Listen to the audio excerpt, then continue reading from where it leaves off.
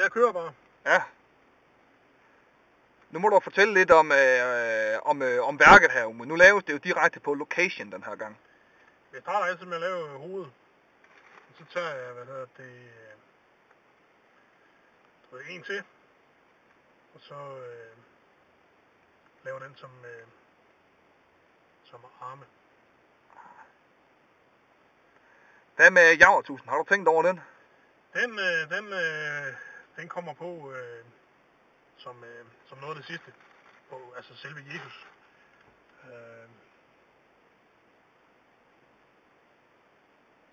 Jeg laver benene først.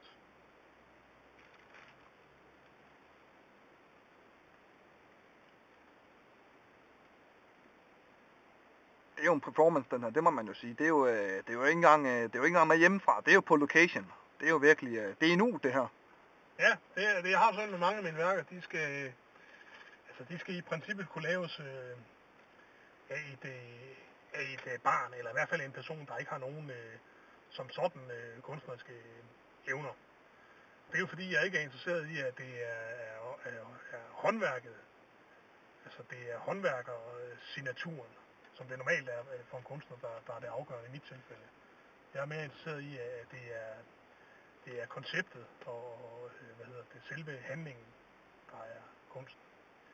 Og så er det, jeg synes så, jeg synes det bliver sådan en meget overdreven tissemand, hvor den bliver så lang. Så derfor klipper jeg lige en anelse af det. Det er jo en omskæring, kan man sige. Kaster her over simpelthen kunstværket her. Nu ved jeg ikke, om Jesus var omskåret. Det var han vel som jøde, men... Ja, det tror jeg godt, du regner med. Men der bruger jeg så går jeg så i gang med at lave selve korset.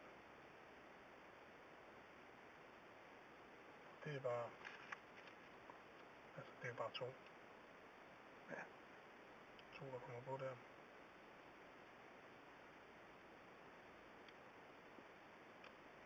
Så har man det.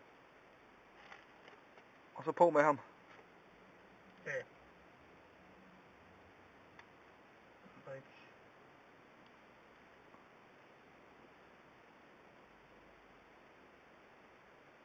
Forventer du, at indbyggerne her i Holstebro, de tager vel imod det? Det håber jeg i hvert fald. Det vil sige, jeg har sjældent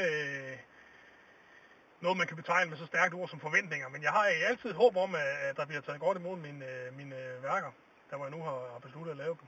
Og det gør det også tit. Og så er der andre gange, hvor det bliver det, jeg kalder en happening for de meget få, hvor der ikke er ret mange, der tager imod værket. Men det er sådan her, det endelige værk er blevet. Det synes jeg i og for sig er blevet godt. Ja, den er der i hvert fald. Der er Javertus og det hele. Der er jo sådan en selv, altså det er enkle virkemidler, men man kan se ret tydeligt, hvad det forestiller. Så der kan man sige, der er den kristne ikonografi, der er den jo taknemmelig. Og du er tilfreds? Det vil sige, at jeg er tilfreds, og jeg er klar til at skrive til handling og sætte det op nede ved siden af Georg Menses skulptur. Så det synes jeg bare, vi skal gøre.